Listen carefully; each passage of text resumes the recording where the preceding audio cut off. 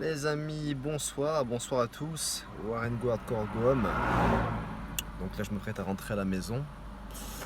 Il est actuellement minuit et je suis un petit peu en retard et ça m'agace un petit peu. Non, pas pour les gens qui m'agacent, mais parce que j'ai un petit peu omis de respecter mon programme d'entraînement et mon protocole de récupération. Ceci est très important.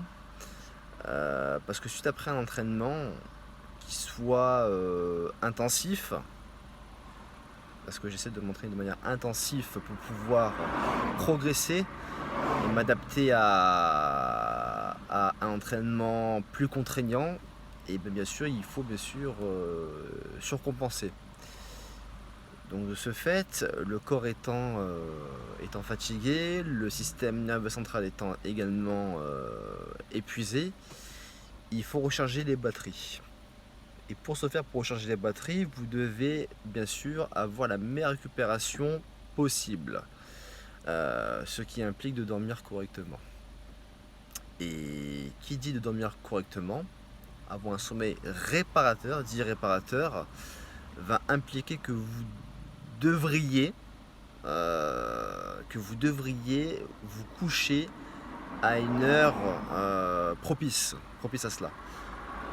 Donc l'heure propice pour un sommeil réparateur, je dis bien réparateur.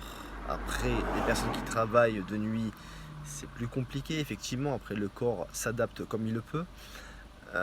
Pour pouvoir récupérer, je dirais d'une manière naturelle et optimale, il faudrait se coucher entre 22h30 et minuit.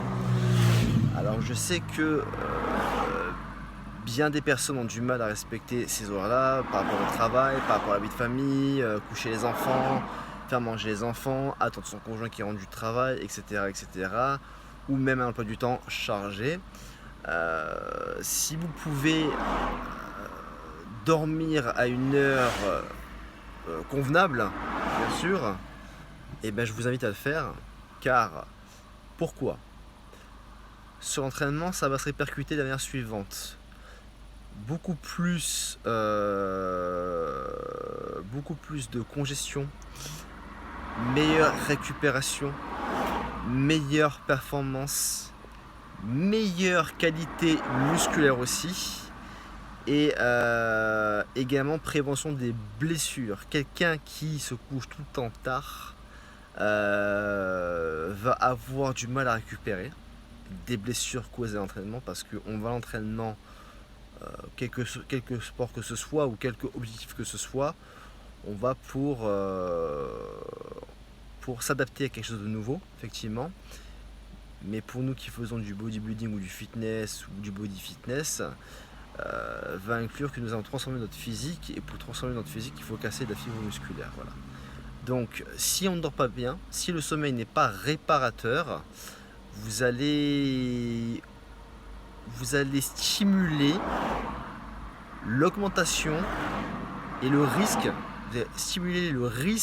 d'augmentation de blessures. Ce qui veut dire que votre corps ne va pas récupérer convenablement.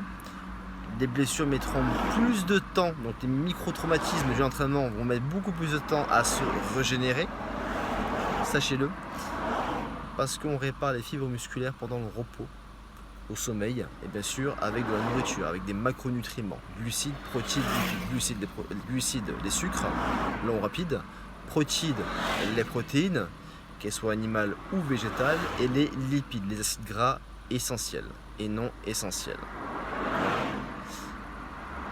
Donc vous avez compris, si vous couchez tout le temps tard, vous allez avoir effectivement du mal à briller le matin. Déjà ça c'est clair, parce que votre temps de repos ne sera pas optimisé. Vous allez avoir un physique beaucoup plus flotteux et beaucoup moins sec et rocailleux, beaucoup moins dur.